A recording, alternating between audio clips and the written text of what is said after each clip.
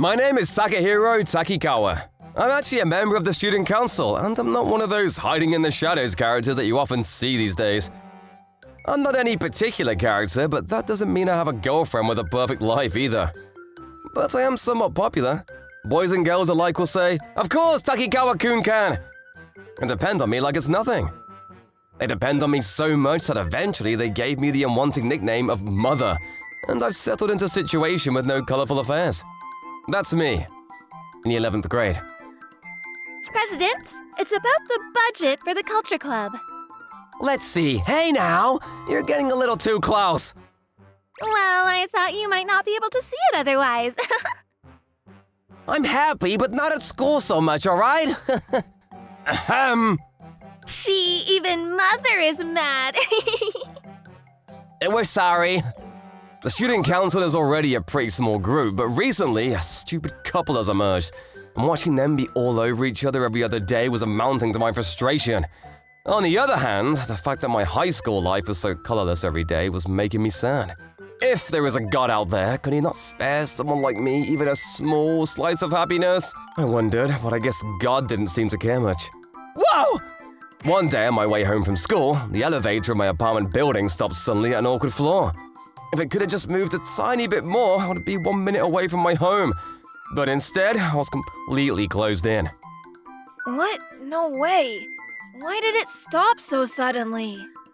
The young boy who just happened to get on with me seemed flustered and asked me, but there's no way I could know the reason why it stopped. Maybe electricity? It could have just been a malfunction in the elevator itself, but first we needed to calm down. It's for times like this that there's an emergency button on the elevator, so there's no reason to panic, I explained to the young boy. Yes, you're right. I understand. It seemed like my words calmed him down a bit, so the young boy quietly went to lean against the back wall. His hat was low and covering his eyes, so I couldn't really see what kind of face he has. He was holding grocery bags on both hands, so must have just gone grocery shopping. Wearing baggy clothes that don't really fit and in sandals going out for a little shopping, and then getting stuck in an elevator? What a disaster. This is seriously a disaster. If we had split it up, we would have been finished so much faster. That's student council work. But the stupid couple gave the most obvious excuse, and in the end I had to do it all myself, and this is what happened. Even when irritated, I still finished it. And by the time I was able to leave school, it was past 7 p.m. And after all that, the elevator stopped, and I'm stuck in it. What kind of day is this? Oh, sorry. When I was reflecting on today's events, I couldn't help but yell. It's fine, but, are you not going to press the button? I could feel his eyes glaring at me to push the button, so I did. That button. What happens when you press it? The elevator management company would respond, usually. Unfortunately, it looks like this is also broken. I see. It's broken. Well, that's not good. It's not. What the heck do we do? Are we gonna be stuck in here forever? I hate this, I hate this, I hate this! Let me out! Let me out of here immediately! Hey now, don't panic in such a small room. It's gonna be fine. There are other ways. You have your cell phone, don't you? As long as we have this, we can immediately contact someone outside and should be fine. Right. Yes, you're right, thank goodness. Let's hurry and make a phone call and have them come save us. Oh, why aren't you calling? I'm sorry to ask, but can you call from your phone? Your family or friends or whoever? I don't have my cell phone. I left it at home because I was just going to the nearby convenience store. I see. Well, that's not good. What happened now? My cell phone is out of battery. I lifted my phone to show him the low battery, and then in perfect timing, my phone died. This isn't right. Why isn't anyone coming to help us? Why won't the elevator move? The young boy who had suppressed his panic was now holding both knees and murdering his own misfortunes. On the other hand, I wasn't in as bad of a state as him. After all, our apartment building has a lot of rooms, and the current time is 8 p.m. There's a high possibility that any salaryman who's coming home from work would have realized that the elevators aren't working. For example, even if our way of communicating outwards was gone, maybe an hour, no, probably in about 30 minutes, the situation would change in our favor. When I said that to the young boy, he finally looked up and said, "Really?" with tears in his eyes. "No matter how you think about it, there's no way we'll be in here all night."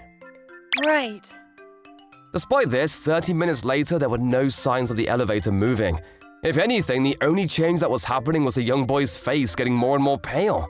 My attempts at lifting his mood a little bit and talking to him were met with empty responses, and he sat on the floor while moving his thighs. I can't imagine it, but is it the toilet? How much longer can you hold it? I'm at my limit. Uh-oh! He really seemed like he was at his limit.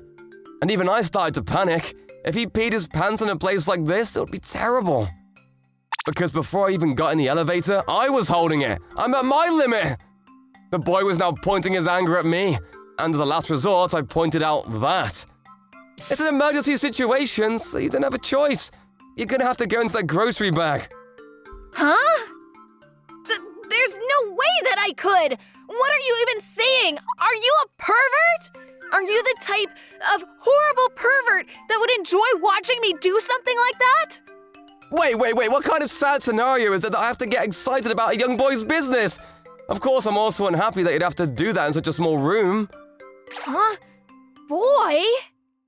I see what this is, said the young boy and stood up. I'm a girl! Throwing off the hat, the young boy was shoving his own breast in my face was definitely a girl.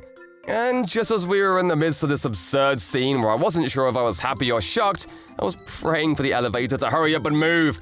At the worst possible timing, the elevator doors open. "I'm sorry it took so long. Are you okay?" We got lucky with the person, and the elevator manager man, upon confirming our safety, said, "Take your time," and pressed the close button on the elevator. Later, the next morning, yesterday was really terrible. Good morning! So, how does it feel? I'm this cute, and I wonder if I still look like a boy.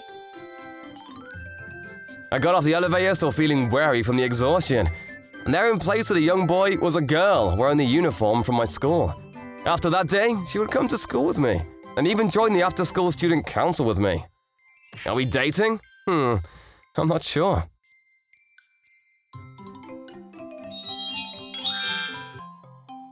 What did you think of today's episode? Please come back tomorrow for more. Thanks for watching. Bye!